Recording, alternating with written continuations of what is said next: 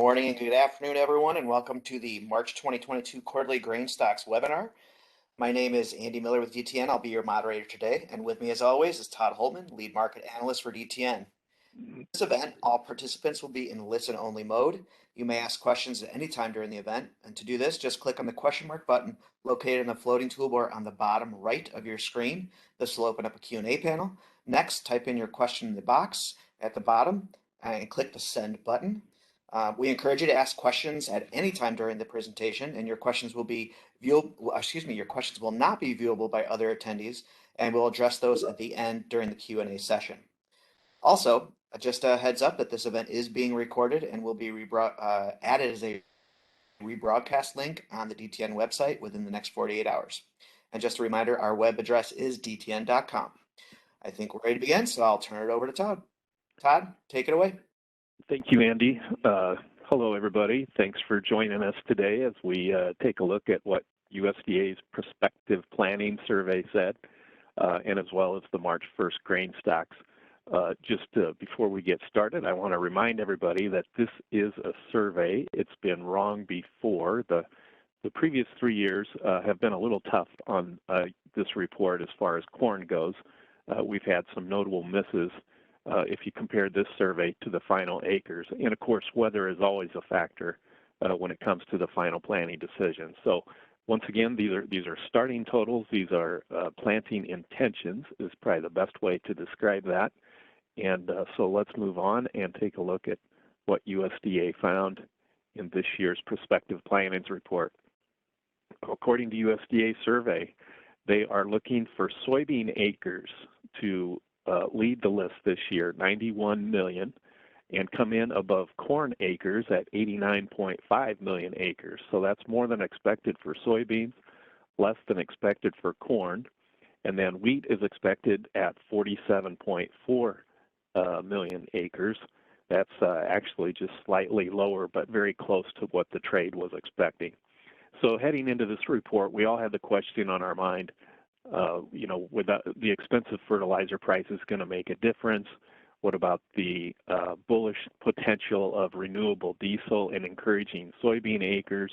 And I have to say, I'm actually a little bit surprised here to see that producers did respond to both of those factors a little more than I expected. So at least early on, the expectation is that soybean acres will lead the list at 91 million. By the way, that is a record total of soybean plantings if it's true this year, and for corn it would be the lowest planting acres in 5 years. We did have, it wasn't just about the big three crops. There was also going to be a lot of interest, I think, this time around in also the smaller crops, so I wanted to show that here before we move into more details as well. And honestly, I expected more movement among the smaller crops because there's so many profitable choices this year, prices being what they are. So here's some of the more notable moves that we witnessed. Cotton acres up 1 million this year to 12.2, and that's basically offset by a 1.1 million drop in sorghum acres. So in the West, it looks like cotton is going to win the battle for those acres this year. And I'm saying likely in the West. I haven't seen the detail of the state breakdowns yet, but I'm guessing that's where some of those acreage adjustments will show up today. For barley, we see a slight increase of acres as well as for sunflower produced for oil.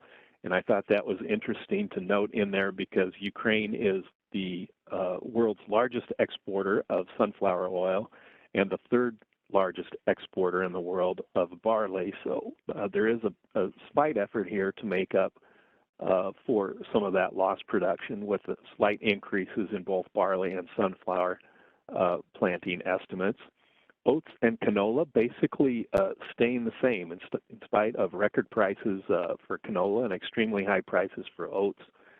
Not expecting much change in the acreage for either of those crops this year.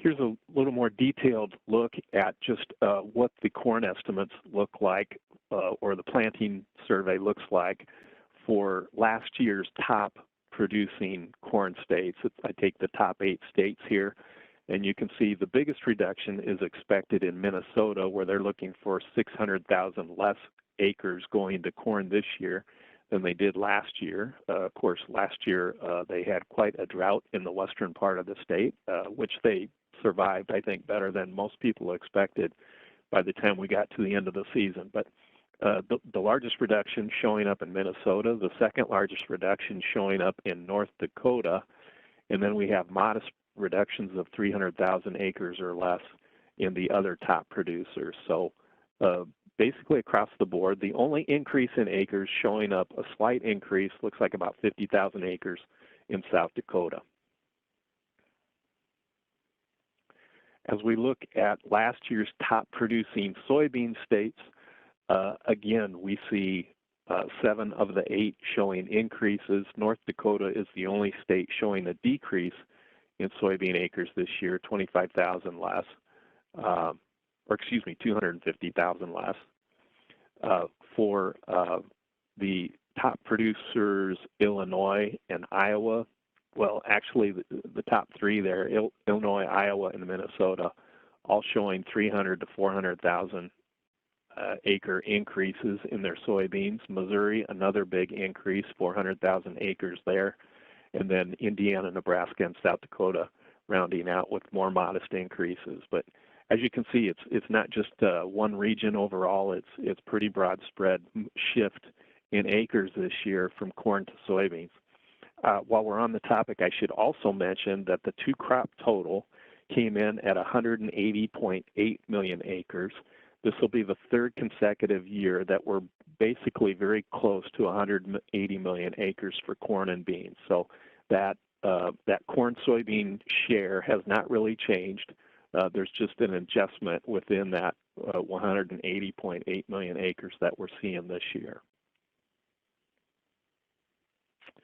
In the wheat categories, the winter wheat estimate that we got from January was 34.4 million acres. Today's estimate goes to 34.2, so a slight decrease there. The other spring wheat total came in at 11.2 million acres, down slightly from a year ago. The expectation today was for 11.7 million acres, so it's actually less spring wheat, in spite of a $10 price tag on a spring wheat bushel these days. They're looking for a slight reduction in spring wheat plantings. Durum is a slight winner, looking for an increase from 1.6 to 1.9 million acres. And of course, durum supplies, like a lot of things, have been very tight this year with much higher prices earlier in the year. How about the grain stock side of the report? As we look at today's totals for March 1 corn stocks, we see that coming in at 7.85 billion bushels. That's up modestly from a year ago. It's very close to expectations. It was just 35 million bushels less than the Dow Jones survey of analysts was expecting. This is actually the 2nd lowest March 1 corn supply in 6 years that we've seen. So still somewhat similar to last year's tight supply situation. As far as corn demand, we take the corn stocks and we figure out backwards. We work backwards to find out how much corn disappeared over the first half of the season, and the total comes to just over 8.5 billion bushels. That's a new record high of corn demand in the first half of the current season. So continue to see strong and consistent growth in corn demand year by year. For soybean stocks, those came in a little higher than expected. Soybean stocks 1.93 billion bushels. That was 38 million bushels higher than the trade was expecting, and up from 1.56 billion bushels a year ago. So not on quite as tight of a path as what we saw a year ago. So this is slightly higher than expected. It's the 2nd lowest total in 5 years. Of course, last year was the lowest total. I should mention that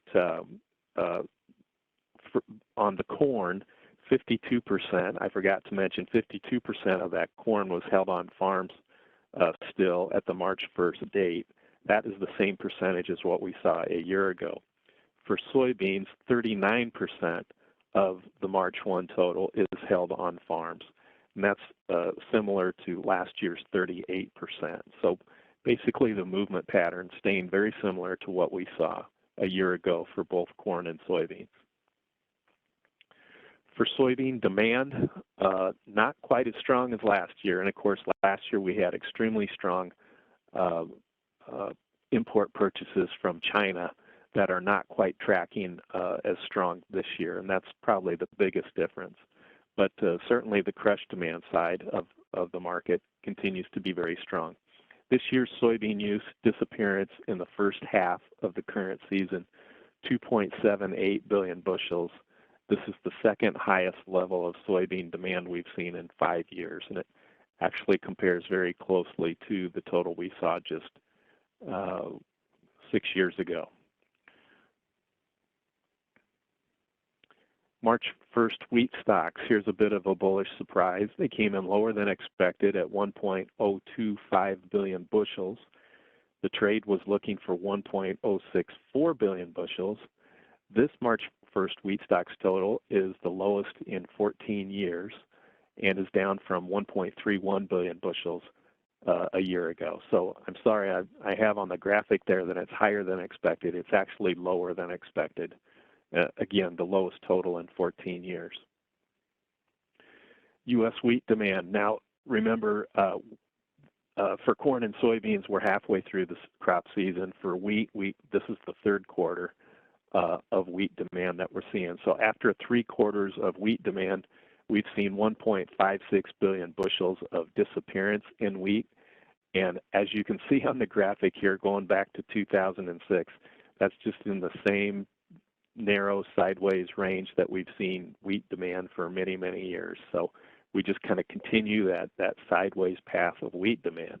And if there's any surprise to that, of course, it's that our export outlook for wheat is not doing very well this year at all. It's down about 24% from a year ago, but demand as a whole continues to stay just right in the same sideways range we've seen for many years.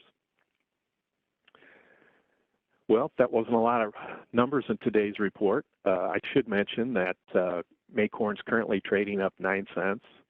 May soybeans are down almost 44 cents at the moment, taking the biggest bearish hit of the day. And of course, from those record acres would be the most likely culprit for the sell-off in today's soybeans. And then we see Kansas City wheat up 4.5 and Chicago wheat down a penny. May Minneapolis wheat up almost 25, up 24.75 cents. Of course, on that slightly lower than expected planning total there. So in conclusion, this was a modestly bullish report for corn. Obviously, the lower than expected planning estimates are bullish, and the corn stocks came in slightly lower than expected. For soybeans, we have a modestly bearish report. I would say the market might even be overreacting a bit to this, but we do have higher than expected planning intentions. We'll see if that actually bears out or not in the days ahead. And we have soybean stocks coming in slightly higher than expected, and that probably was a bit of a bearish surprise today. For wheat, overall, I'm calling this report neutral. The wheat acres were only slightly less than expected, and it was encouraging to see the lowest U.S. wheat stocks in 14 years. But, you know, there's so many factors in the market happening right now. I can't say that today's report is going to have a big impact on any of the 3 prices in the bigger picture, but we certainly are seeing some effect from the report here on Thursday. Keep in mind, next week on Friday is the next WASDE report from USDA. These estimates that we just talked about today will be incorporated in that report. We'll see how that turns out, and we'll be back again next Friday. If you have any questions, this is a great time, Andy. Yeah, we do not have any questions that came in. It's clearly because you did such an amazing job presenting this time. But maybe because it was so fast also, but no questions. So we will just go ahead and wrap up for today. So thanks to everyone who was able to join. And just a reminder, we are recording this event, and we will have it up on DTN.com within the next 48 hours. And that, I think, will close us out. So thank you again. And just as Todd always does, he's got his information here. If there are any additional questions, please reach out to him directly, and certainly visit us at DTN.com or DTNPF.com. So thanks to everyone, and hope you all have a great day. Very good. Thanks, everybody.